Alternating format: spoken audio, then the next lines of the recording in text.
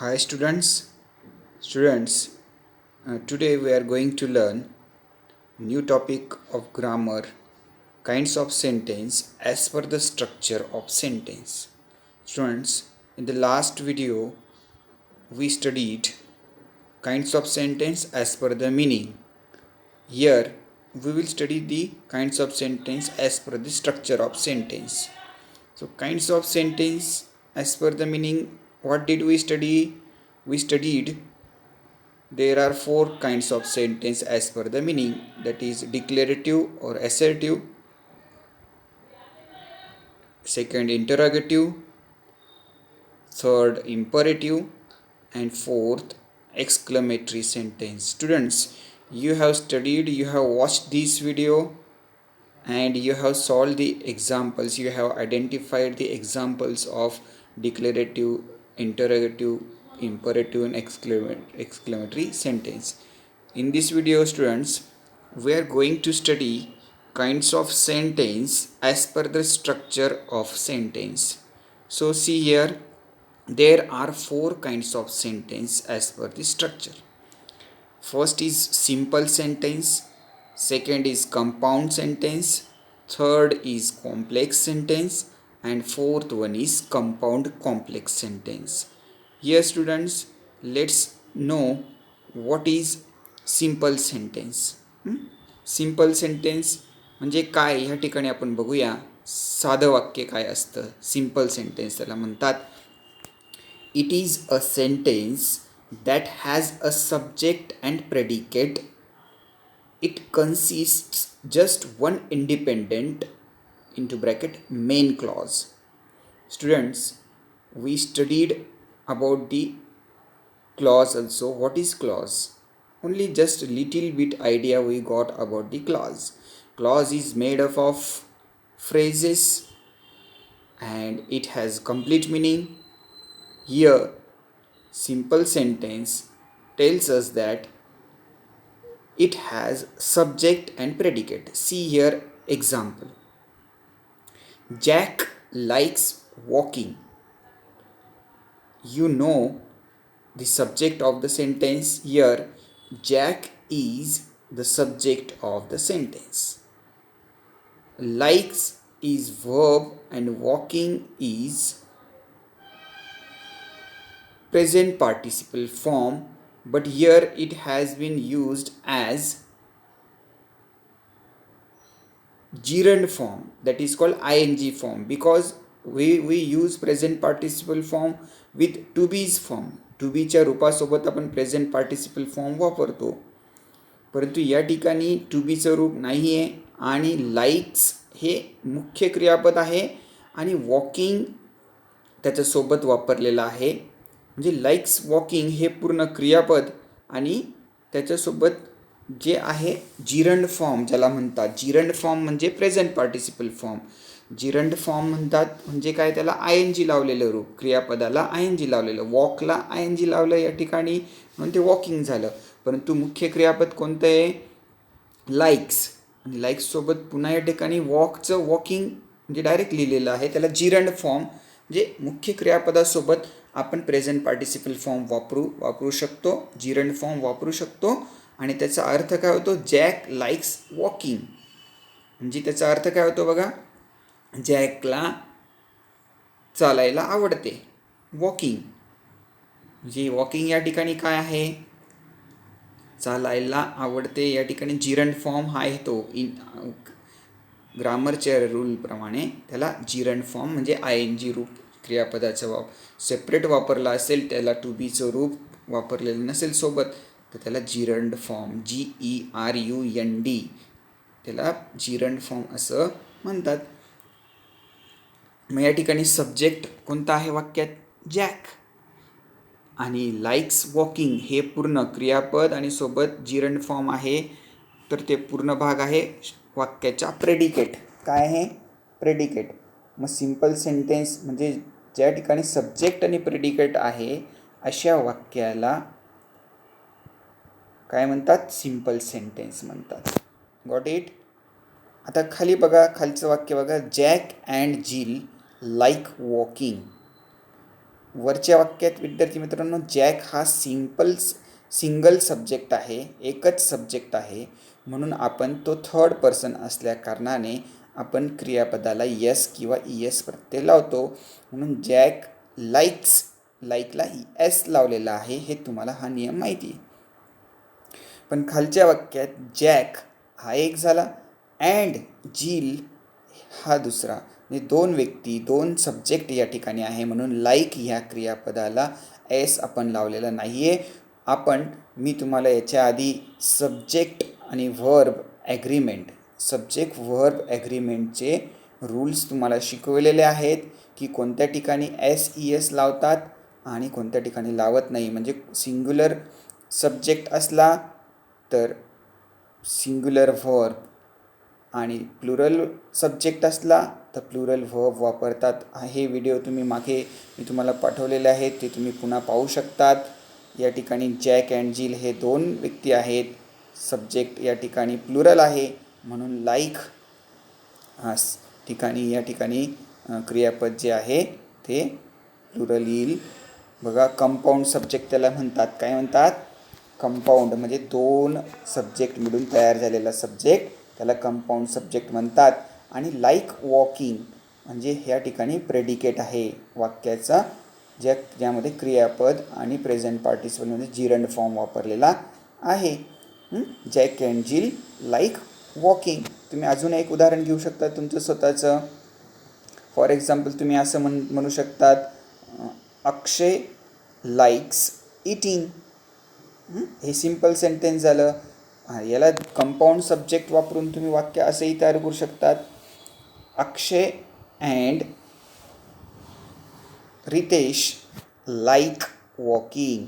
आता बघा, मी पहिल्या वाक्यात अक्षयला लाईक्स हा वापरला, एस लावला मी, आणि दुसऱ्या वाक्यात अक्षय आणि रितेश लाईक असं मी वापरलं आणि पुढे जिरंड फॉर्म वापरला. अशा प्रकारे हे सिम्पल सेंटेन्स असतं विद्यार्थी मित्रांनो. आता या ठिकाणी बघा, सेंटेन्स विथ कंपाऊंड प्रेडिकेट. आता जर सेंटेन्समध्ये सब्जेक्ट सिंग्युलर पण असू शकतो आणि प्लुरल पण असू शकतो. आता आपण वरील उदाहरण पाहिलं, जॅक हा सिंग्युलर सब्जेक्ट आहे. दुसऱ्या सेंटेन्समध्ये जॅक अँड जिल दोन सब्जेक्ट आहेत. परंतु आता प्रेडिकेटचा भाग जो आहे या ठिकाणी वरच्या वाक्यात लाईक्स वॉकिंग एकच प्रेडिकेट आहे. लाईक वॉकिंग ह्याला या ठिकाणी पण एकच प्रेडिकेट आहे. परंतु काही ठिकाणी दोनपेक्षा जास्त प्रेडिकेट असू शकतात, म्हणजे त्याला कंपाऊंड प्रेडिकेट म्हणतात. म्हणजे एक व्यक्ती एकापेक्षा जास्त कृती करू शकतो ना. म्हणून या ठिकाणी जॅक, बघा एक्झाम्पल बघा, Jack likes walking but hates running. म्हणजे या ठिकाणी सिंग्युलर सब्जेक्ट आहे आणि कंपाऊंड प्रेडिकेट आहे. म्हणजे बघा, लाईक्स वॉकिंग हेट्स रनिंग, म्हणजे तो कंपाऊंड सब्जेक्ट बट किंवा अँडने आपण वापरतात. कंपाऊंड प्रेडिकेट बट किंवा अँडने, किंवा कंपाऊंड सब्जेक्ट अँडने किंवा बटने जोडला जातो. बघा, जॅक अँड जिल कंपाऊंड सब्जेक्ट म्हणजे अँडने जोडलेला आहे. या ठिकाणी कंपाऊंड प्रेडिकेट आहे, बटने जोडलेले आहेत. बघा, likes walking but hates running, म्हणजे जॅकला चालायला आवडते परंतु रनिंग करायला आवडत नाही. कंपाऊंड प्रेडिकेट बघा, लाईक्स वॉकिंग एक प्रेडिकेट झाला आणि हेट्स रनिंग दुसरं प्रेडिकेट या ठिकाणी झालं विद्यार्थी मित्रांनो. अदर एक्झाम्पल्स बघा, I cannot drink warm milk. पूर्ण वाक्य आहे. आय सब्जेक्ट आला आणि कॅनॉट ड्रिंक वॉर्म मिल्क हे पूर्ण प्रेडिकेट आलं विद्यार्थी मित्रांनो. A day without sunshine is night. A day without sunshine हा पूर्ण काय आला स्टुडंट? सब्जेक्ट आला. अ डे विदाउट सनशाईन इथपर्यंत सब्जेक्ट आला. इज नाईट हे काय आलं? प्रेडिकेट आलं. Reality continues to ruin my life. The reality हा सब्जेक्ट आला विद्यार्थी मित्रांनो, आणि continues to ruin my life हा प्रेडिकेट आला. म्हणजे प्रेडिकेट म्हणजे काय विद्यार्थी मित्रांनो? त्याच्यामध्ये क्रियापद आणि क्रियापदासोबत असलेलं मग प्रेपोजिशन्स असतील, ॲडजेक्टिव्ज असतील, ॲडवर्ब असतील, पुढे जे काही असेल पूर्ण वाक्यात ते सगळं प्रेडिकेटमध्ये येतं. एवढं लक्षात ठेवायचं. म्हणजे ज्या वाक्याला पूर्ण अर्थबोध होतो आहे त्याच्यात सब्जेक्ट आहे आणि प्रेडिकेट आहे, त्याला सिम्पल सेंटेन्स असे म्हणतात. म्हणजेच या ठिकाणी दुसरं काय म्हटलं तर त्या ठिकाणी it consist just one independent clause, म्हणजे एक मुख्य वाक्य त्याच्यात समावलेलं असतं. मेन क्लॉज त्याला म्हणतात. म्हणजे या ठिकाणी सिम्पल सेंटेन्स अशा प्रकारे असतं की ज्याला पूर्ण अर्थबोध साध्या साध्या रीतीने असतो. बघा पुढचं कंपाऊंड सेंटेन्स बघूया आपण. दुसरा प्रकार कंपाऊंड सेंटेन्समध्ये कंपाऊंड म्हणजे दोन याच्याने मिळून बनलेला. A compound sentence has at least 2 independent clauses, म्हणजे दोन मुख्य क्लॉजेस त्या वाक्यात असतात. कंपाऊंड सेंटेन्समध्ये कमीत कमी दोन मुख्य वाक्य असतात. मुख्य, लक्षात ठेवा, मुख्य वाक्य म्हणजे कोणते? मुख्य वाक्यात एक सब्जेक्ट आणि प्रेडिकेट असतं, म्हणजे ते पूर्ण सिम्पल सेंटेन्स असतं. म्हणजे या ठिकाणी पण आपण असं म्हणू शकतो की कंपाऊंड सेंटेन्समध्ये दोन सिम्पल सेंटेन्स एकत्र आलेले असतात. म्हणजे बघा या ठिकाणी उदाहरणार्थ I like to run but I am suffering from knee ache. म्हणजे या ठिकाणी आय लाईक टू रन हे एक सिम्पल सेंटेन्स झालं आणि बटने दुसरं सिम्पल सेंटेन्स जोडलेलं आहे I am suffering from knee एक. मग याचं जर आपण बघितलं तर आय लाईक टू रनमध्ये आय लाईक टू रन हे फर्स्ट इंडिपेंडंट क्लॉज झालं आणि दुसरं I am suffering from knee एक हे सेकंड इंडिपेंडंट क्लॉज झालं विद्यार्थी मित्रांनो. म्हणजे आय लाईक टू रनमध्ये आय हा सब्जेक्ट आहे आणि लाईक टू रन हे प्रेडिकेट आहे. नंतर आय एम सफरिंग फ्रॉम नी ॲक याच्यामध्ये आय हा सब्जेक्ट आहे आणि ॲम सफरिंग फ्रॉम नी ॲक हे प्रेडिकेट आहे. आणि हे दोघी वाक्य विद्यार्थी मित्रांनो, हे दोन्ही सिम्पल सेंटेन्स किंवा इंडिपेंडेंट क्लॉज हे बट ह्या कंपाऊंड या कंजंक्शनने या ठिकाणी जोडलेले आहेत. या कंजंक्शनला आपण अँड, बट, ऑर ना हे कंजंक्शन्स असतात ना वाक्याला जोडणारे, त्या कंजंक्शनने हे दोघी वाक्य जोडलेले आहेत. म्हणजे याला कंपाऊंड सेंटेन्स असं म्हणतात. दोघांचा स्वतंत्र अर्थ आहे, बटने ते जोडलेले आहेत. Got it? The above two independent clauses have been joined with conjunction but. Next examples, I like tea and he likes coffee. And हा कंजंक्शन आहे, दोन वाक्य जोडतोय आणि याला आपण कंपाऊंड सेंटेन्स म्हणू. कारण की दोन वाक्य या ठिकाणी मुख्य क्लॉजेस, मेन क्लॉज आहेत दोघी. पहिलं मेन क्लॉज या वाक्यात आहे आय लाईक टी, मला चहा आवडते, आणि त्याला कॉफी आवडते. ही लाईक्स, बघा ही आहे म्हणून लाईकला एस लावलेला आहे, लक्षात घ्या.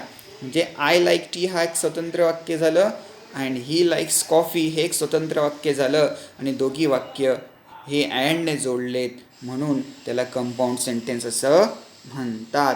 Got it? See the next example. I know you are here dash, I can smell your perfume. बघा हे काही वाक्य स्टुडंट्स दोन वाक्य स्वतंत्र त्या ठिकाणी डॅशने सुद्धा जोडलेले असतात. जसं अँडने, बटने जोडलेले असतात तशा प्रकारे या ठिकाणी दोघी मेन क्लॉज किंवा इंडिपेंडंट क्लॉज हे डॅशने जोडलेले आहेत. बघा I know you are here, मला माहिती तू इथं आहेस, पूर्ण वाक्य आहे बघा, मला माहिती आहे. I know you are here या ठिकाणी आय हा सब्जेक्ट आला आणि नो यू आर हिअर हे प्रेडिकेट आलं. आणि डॅश बघा रेड कलरची डॅश दिलेली आहे, तो कंजंक्शन म्हणून कधी कधी डॅश पण वापरला जातात. I can smell your perfume, आणि मला तुझ्या परफ्यूमची स्मेल येत आहे. म्हणजे या ठिकाणी आय हे सब्जेक्ट आहे and can smell your perfume हे प्रेडिकेट आहे. म्हणजे दोघी वाक्य या ठिकाणी डॅशने जोडलेले आहेत म्हणून याला काय म्हणू विद्यार्थी मित्रांनो? कंपाऊंड सेंटेन्स असं म्हणतात. म्हणून या ठिकाणी तुम्ही कंपाऊंड सेंटेन्सची कॉन्सेप्ट लक्षात घ्या की कंपाऊंड सेंटेन्स कशा प्रकारे ओळखायचे. Okay, got it students? Let's see coordinating conjunctions. Coordinating conjunctions म्हणजे काय या ठिकाणी, की जे वाक्याला जोडणारे कंजंक्शन्स असतात. मग कोणते वाक्याला जोडणारे conjunctions? For the compound sentences, two main or independent clauses are joined with coordinating conjunction. They are as follows. Okay, बघा आता विद्यार्थी मित्रांनो, की दोन मेन किंवा इंडिपेंडंट क्लॉजेस जे कंपाऊंड सेंटेन्ससाठी वापरले जातात. आत्ताच आपण कंपाऊंड सेंटेन्स बघितले ना, तर ते कोऑर्डिनेटिंग कंजंक्शनने ते वाक्य जोडून दोन इंडिपेंडंट क्लॉजेस किंवा मेन क्लॉजेस हे कंपाऊंड सेंटेन्स तयार करण्यासाठी कोऑर्डिनेटिंग कंजंक्शनने जोडले जातात. आणि ते कोऑर्डिनेटिंग कंजंक्शन्स कोणते आहेत मग? For, and, nor, but, or, it, so. You can remember these with fan boys. म्हणजे तुम्ही कशा प्रकारे हे लक्ष ठेवू शकतात विद्यार्थी मित्रांनो, की कोऑर्डिनेटिंग कंजंक्शन कंपाऊंड सेंटेन्स तयार करण्यासाठी, म्हणजे दोन वाक्य जोडण्यासाठी कशा प्रकारे तुम्ही कोणते कोऑर्डिनेटिंग कंजंक्शन वापरतो आपण, तर ते तुम्ही शब्द कसे लक्षात ठेवू शकतात? Fan boys. फॅन बॉईज म्हणजे एफ फॉर, अँड, एचा अँड, एनचा नॉर, बीचा बट, ओचा ऑर, वायचा एट आणि एसचा सो.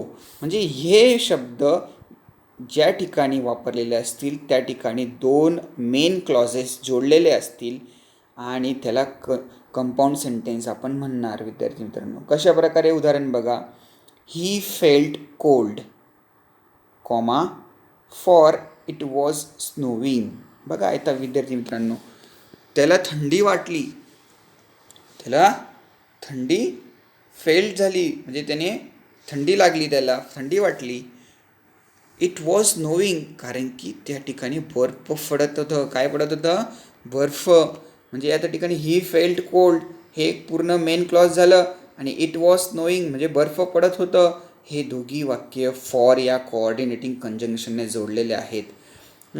तर बघा या ठिकाणी याला आपण कंपाऊंड सेंटेन्स म्हणतो, की फॉरने जोडलेले आहेत ते. बघा, फॉरच्या आधी कॉमा वापरलेला आहे एवढं मात्र लक्षात ठेवा. काही ठिकाणी फॉरच्या आधी कॉमा वापरले जात नाहीत, म्हणून त्या ठिकाणी ते कंपाऊंड सेंटेन्स असेलच असं नाही. या ठिकाणी फॉर वापरलेला आहे परंतु त्याच्या आधी कॉमा वापरलेला आहे, म्हणजे एक वाक्य पूर्ण आणि फॉर नंतर दुसरं वाक्य पूर्ण, अशा प्रकारे दोन मेन क्लॉज जोडलेले आहेत विद्यार्थ्यांनो. दुसरं वाक्य बघा. Mumbai is in India and Rome is in Italy. बघा, अँडने जोडलेले आहेत. मुंबई हे सब्जेक्ट आहे, इज इन इंडिया हे प्रेडिकेट आहे. दुसऱ्या वाक्यात रोम हा सब्जेक्ट आहे, इज इन इटली हे काय आहे? प्रेडिकेट आहे. आणि दोघी वाक्य कोऑर्डिनेटिंग कंजंक्शन्स अँडने जोडलेले आहेत, म्हणून हे वाक्य कंपाऊंड सेंटेन्स आहे. पुढचं वाक्य बघा. Mary never wrote the letter. Mary never wrote the letter, comma, nor did she call him. बघा, नॉर वापरलेला आहे विद्यार्थी मित्रांनो. मॅरीने कधी पत्र लिहिलं नव्हतं आणि नॉर डीड शी कॉल हिम आणि तिने कधी त्याला कॉल पण केला नव्हता. म्हणजे या ठिकाणी दोन वाक्य आहेत, नॉरने जोडलेले आहेत विद्यार्थी मित्रांनो. याला कंपाऊंड सेंटेन्स म्हणतात. I ran fast but I could not catch the train. बघा, I ran fast subject and predicate. Ran fast predicate, subject I आहे, बटने वाक्य जोडलेलं आहे. I could not catch the train, I हा subject and could not catch the train हे predicate आहे वाक्यात, म्हणजे हे पण कंपाऊंड सेंटेन्स बटने तयार झालेलं आहे. बघा, will Sachin go or will John go. Question आहे बघा विद्यार्थी मित्रांनो, कंपाऊंड सेंटेन्स क्वेश्चन याला आपण म्हणतो. I have known him for a long time, yet I have never understood him. बघा स्टुडंट्स, दोघी वाक्य मेन क्लॉजेस आहेत, येटने जोडलेले आहेत. I have non him for a long time, I हा सब्जेक्ट आहे, have non him for a long time हा predicate आहे, अँड एट हा जोडलेला भाग आहे, तर तो पण एटने दुसरं वाक्य जोडलेलं आहे, I have never understood him. Got it. नंतर बघा पुढे, he was feeling sick so he went to the doctor. नाही, ही वॉज फिलिंग सिक म्हणजे त्याला बरं वाटत नव्हतं, म्हणून he went to the doctor, तो डॉक्टरकडे गेला.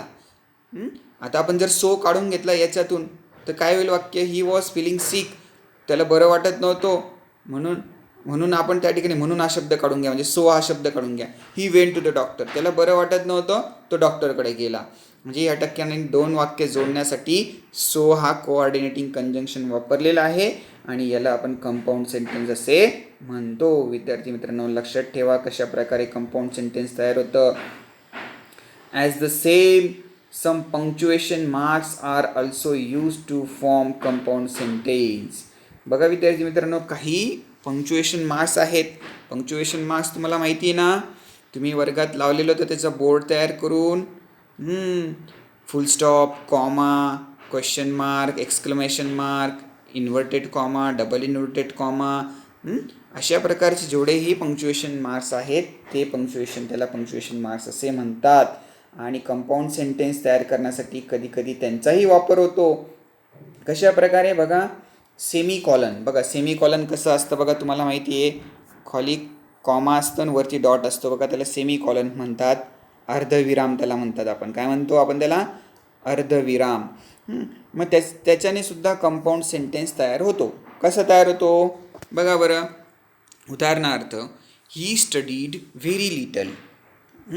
He studied very little, semicolon दिला. He failed his exams. बघा या ठिकाणी दोन वाक्य जोडलेले आहेत विद्यार्थी मित्रांनो. ही स्टडी व्हेरी लिटिल म्हणजे तो खूप थोडासाच अभ्यास त्याने केला. ही फेल्ड हिज एक्झाम्स आणि तो फेल झाला, परीक्षा फेल झाला. म्हणजे या ठिकाणी सेमीकॉलन वापरलेला आहे, दोन वाक्य जोडलेले आहेत. हे सुद्धा कंपाऊंड सेंटेन्स आहे. ही स्टडीड व्हेरी लिटिलमध्ये ही हा सब्जेक्ट आहे, स्टडीड व्हेरी लिटिल हा प्रेडिकेट आहे. पुढच्या याच्यात सेमीकॉलन वापरून पुढचं वाक्य, ही फेल्ड हिज एक्झाम्स, ही हा सब्जेक्ट आहे आणि फेल्ड हिज एक्झाम्स प्रेडिकेट आहे. पुढचं वाक्य बघा, the sky is cloudy, semicolon, it is going to rain. काय मग विद्यार्थी मित्रांनो, द स्काय इज क्लाउडी, हे एक पूर्ण वाक्य, मेन क्लॉज, सेमीकॉलनने जोडलेलं आहे. दुसरं वाक्य, it is going to rain, कारण आकाशात बघा, आकाश हा ढगाळ आहे. It is going to rain, पाऊस पडणार आहे, पाऊस पडणार आहे. म्हणून बघा विद्यार्थी मित्रांनो, दोन वाक्य कशा प्रकारे या ठिकाणी जोडलेले आहेत त्याला कंपाऊंड सेंटेन्स म्हणतात. दोन मुख्य वाक्य म्हणजे मेन क्लॉज कसे जोडलेले आहेत त्याला या ठिकाणी कंपाऊंड सेंटेन्स म्हणतात. पुढचं उदाहरण बघा, you can pay online, semicolon वापरला आहे बघा. We accept all credit cards ना, म्हणजे यू हा सब्जेक्ट, कॅन पे ऑनलाईन हा प्रेडिकेट. एक वाक्य झालं, सेमीकॉलन वापरला. We accept all credit cards, we हा सब्जेक्ट झाला, ऑल क्रेडिट कार्ड्स हे प्रेडिकेट आलं. म्हणजे ह्या ठिकाणी विद्यार्थी मित्रांनो हे सुद्धा कंपाऊंड सेंटेन्स आहे आणि सेमीकॉलन ह्या पंक्च्युएशन मार्क्सने कंपाऊंड सेंटेन्स तयार केलं जातं, हे तुम्ही लक्षात ठेवायचं आहे. आता तिसरं प्रकार बघूया आपण, sentence, kinds of sentence as per the स्ट्रक्चरमध्ये. Complex sentence. काय, complex sentence. It is a sentence in which there is one independent clause and at least one dependent clause.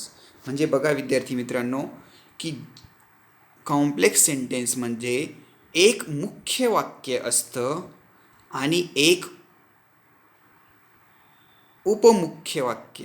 म्हणजे काय, डिपेंडंट गौण वाक्य त्याला म्हणतात. काय म्हणतात, गौण वाक्य.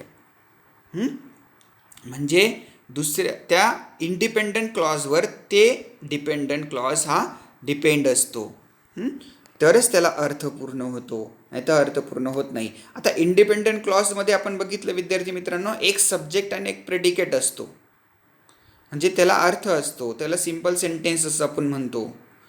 आणि डिपेंडंट क्लॉजमध्ये तसं काही नसतं. तो डिपेंडंट क्लॉज हा कशावर डिपेंड असतो? इंडिपेंडंट क्लॉजवरती डिपेंड असतो. म्हणजे त्याला कॉम्प्लेक्स सेंटेन्स असे म्हणतात. बघा उदाहरणामध्ये तुम्हाला समजेल. I visited my friend. आता या वाक्यात आय हा सब्जेक्ट आला, व्हिजिटेड माय फ्रेंड हा एक प्रेडिकेट आला. मग हे वाक्य पूर्ण अर्थ देतो आपल्याला. मी माझ्या मित्राला भेट दिली. मग याला आपण इंडिपेंडेंट म्हणजे स्वतंत्र, मुख्य, मेन क्लॉज काय म्हणू आपण याला? इंडिपेंडंट क्लॉज किंवा मेन क्लॉज म्हणू. याचा अर्थ पूर्ण आपल्याला वाक्याचा अर्थ मिळतो ना. I visited my friend. आपण आय व्हिजिटेड माय फ्रेंड एवढं वाक्य बाजूला काढून when he was driving a picture एवढंच वाक्य जर म्हटलं तर तुम्ही विचार करा याचा अर्थ पूर्ण होतो का? When he was drawing a picture, जेव्हा तो चित्र काढत होता, जेव्हा तो चित्र काढत होता एवढंच जर वाक्य म्हणा तुम्ही, जेव्हा तो चित्र काढत होता. मग काय झालं जेव्हा तो चित्र काढत होता? मग त्याला अर्थ पूर्ण करण्यासाठी अजून मेन क्लॉज जोडावा लागेल ना. जेव्हा तो चित्र काढत होता तेव्हा मी माझ्या मित्राला भेट दिली म्हणजे वाक्य पूर्ण झालं बघा. मग आय व्हिजिटेड माय फ्रेंड आधी ही क्रिया ना घडली ना की मी माझ्या मित्राला भेट दिली जेव्हा तो when he was drawing a picture म्हणजे डिपेंडंट क्लॉज. आता डिपेंडंट क्लॉज हा विद्यार्थी मित्रांनो पूर्ण आपल्याला अर्थ होत नाही त्या ठिकाणी. बोध when he was drawing a picture पूर्ण अर्थ होत नाही ना, कारण की तो इंडिपेंडंट क्लॉजवरती म्हणजे मेन क्लॉजवरती विसंबून असतो, डिपेंड असतो. Got it? तुम्ही फक्त इंडिपेंडंट क्लॉज वापरू शकतात. आय व्हिजिटेड माय फ्रेंड, मी माझ्या मित्राला भेट दिली. परंतु फक्त डिपेंडंट क्लॉज सेपरेट वापरू शकत नाही. डिपेंडंट क्लॉजसोबत तुम्हाला इंडिपेंडंट क्लॉज वापरावा लागेल तर ते वाक्य कॉम्प्लेक्स सेंटेन्स होईल आणि अर्थपूर्ण होईल. येते लक्षात? बघा पुढचं वाक्य, stay in home until the guests arrive. आता स्टे इन होम घरात थांबा, independent clause. Stay in home म्हणजे या ठिकाणी आपल्याला कोणतं वाक्य आहे हे? इम्परेटिव्ह सेंटेन्स आपण त्याला म्हणू. म्हणजे इंडिपेंडंट क्लॉज या ठिकाणी जरी सब्जेक्ट नसला विद्यार्थी मित्रांनो वाक्यात तरी आपण त्याला गृहीत धरू शकतो की कोणाला सांगतायत ते? यू स्टे इन होम म्हणजे समोरच्या व्यक्तीलाच सांगतो ना आपण. Stay in home means you stay in home, एवढं लक्षात ठेवा. हां, हे झालं independent clause. Until the guests arrive हे झालं डिपेंडंट क्लॉज. जोपर्यंत पाहुणे येत नाही तोपर्यंत तुम्ही घरातच थांबा, असं वाक्याचा पूर्ण अर्थ होतोय. म्हणजे independent clause plus until the guest arrive हे डिपेंडंट क्लॉज आहे.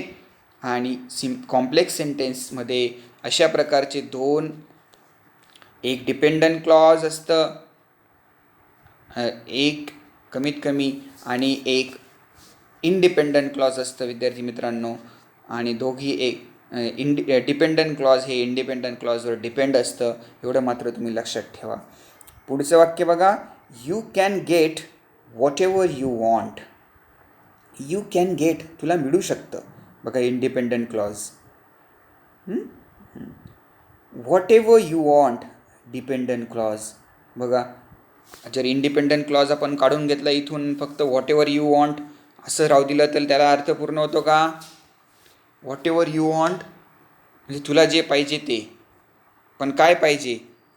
You can get what ever you want, तुला जे पाहिजे ते व्हॉट एव्हर यू वॉन्ट.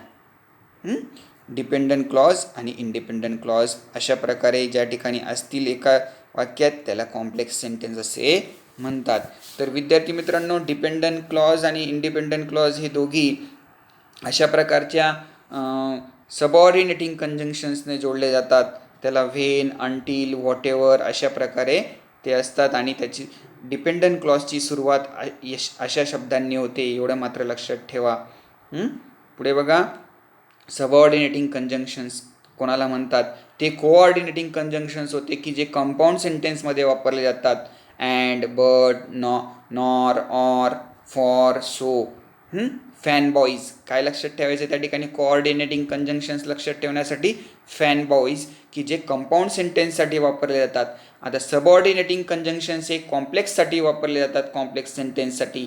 ते कोणते आहेत बघा, subordinating conjunctions are the most useful parts in the complex sentences such as when, whenever, what, whatever, while, that, until, because, if, unless, although, though, before, even, since, as, so as. हे काय आहेत विद्यार्थी मित्रांनो, सब ऑर्डिनेटिंग conjunctions. म्हणजे या ठिकाणी complex sentence तयार करण्यासाठी ह्या वाक्यांच्या शब्दांचा वापर केला जातो. आणि हे शब्द ज्या ठिकाणी वापरले जातात ते वाक्य म्हणजे डिपेंडंट क्लॉज असते आणि त्याच्यासोबत इंडिपेंडंट क्लॉज ही वापरले जाते, तेव्हा कॉम्प्लेक्स सेंटेन्स तयार होते. बघा other examples of complex sentences. Though he is rich, he is a thief.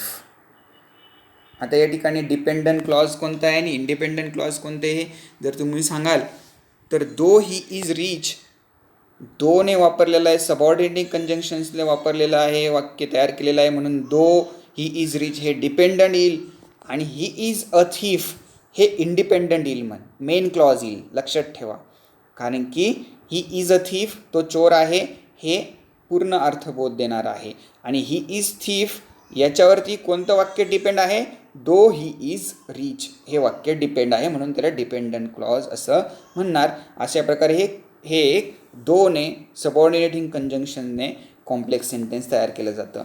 जरी तो श्रीमंत आहे परंतु तो चोर आहे असं त्याचा अर्थ. I get what I want.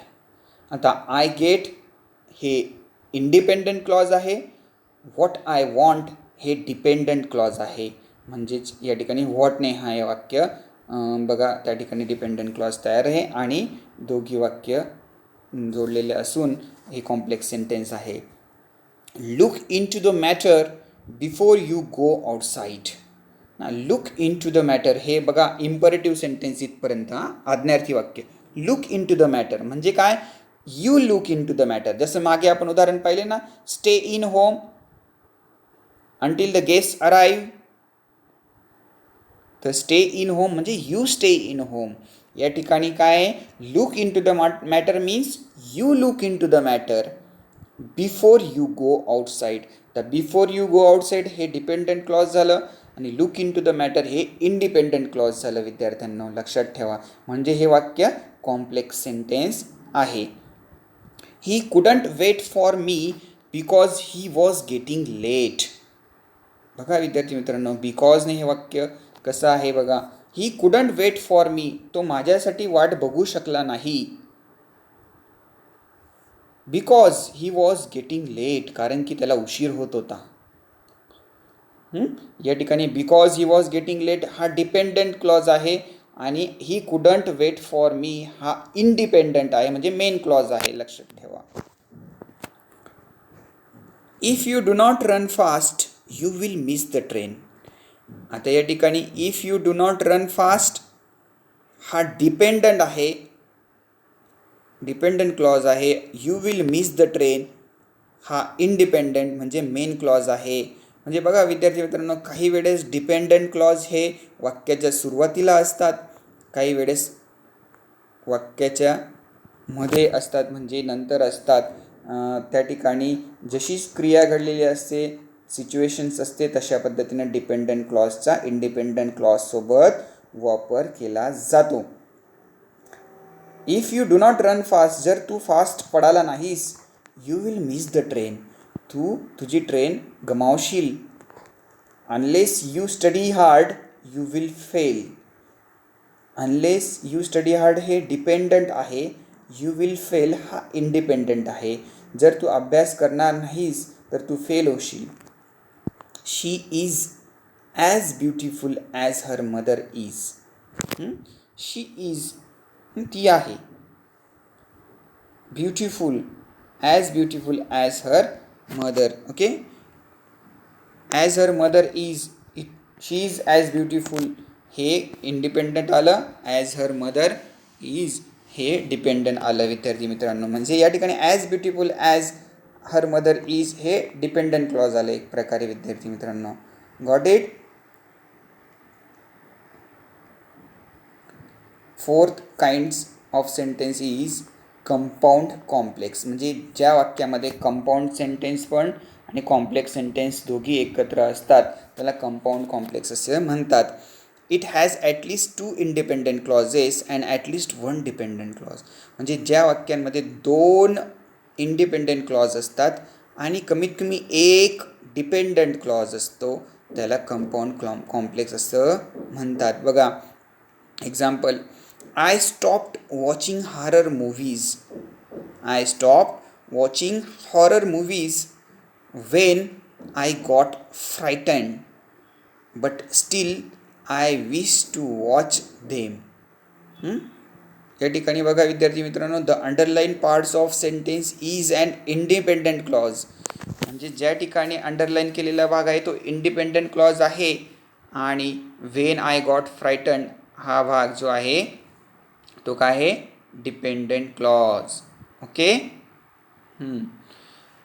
जी या ठिकाणी 2 इंडिपेंडंट क्लॉज आले.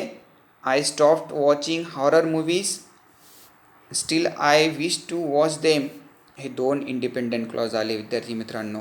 नंतर पुढे बघा सेकंड सेंटेन्समध्ये, if Narendra Modi is re-elected in next election he will serve another 5 years but it won't be an easy contest. बघा if Narendra Modi is re-elected in next election हे dependent clause आलं विद्यार्थी मित्रांनो. He will serve another 5 years हे main clause म्हणजे independent clause आलं आणि बटने दुसरं मेन क्लॉज इंडिपेंडंट क्लॉज जोडलेला आहे. म्हणजे 2 इंडिपेंडंट क्लॉज झाले त्या ठिकाणी आणि एक डिपेंडंट क्लॉज झालं. म्हणजे या ठिकाणी बटने जोडलेले हे दोन्ही वाक्य हे कंपाऊंड सेंटेन्स आले आणि त्याच्यासोबत एक कॉम्प्लेक्स सेंटेन्स वापरले गेलेलं आहे इफ नरेंद्र मोदी. कॉम्प्लेक्स म्हणजे याला कंपाऊंड कॉम्प्लेक्स असं म्हणतात की त्या ठिकाणी डिपेंडंट क्लॉज एक असतं आणि 2 इंडिपेंडंट क्लॉजेस असतात. Got it. बघा या ठिकाणी डिपेंडंट क्लॉज कोणता आहे, if Narendra Modi is re-elected in next election, आणि इंडिपेंडंट क्लॉज कोणते आहेत, he will serve another 5 years and independent clause, it won't be an easy contest. Got it? Students, I hope that you have understood all these kinds of sentences. Carefully watch this video and try to understand what is there. I have explained it carefully with the examples.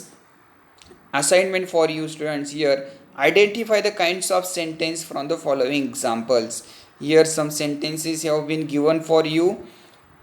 Identify whether the sentences are simple, compound, complex or compound complex. You have to identify and you have to write down in your notebook. Got it students? Thank you students.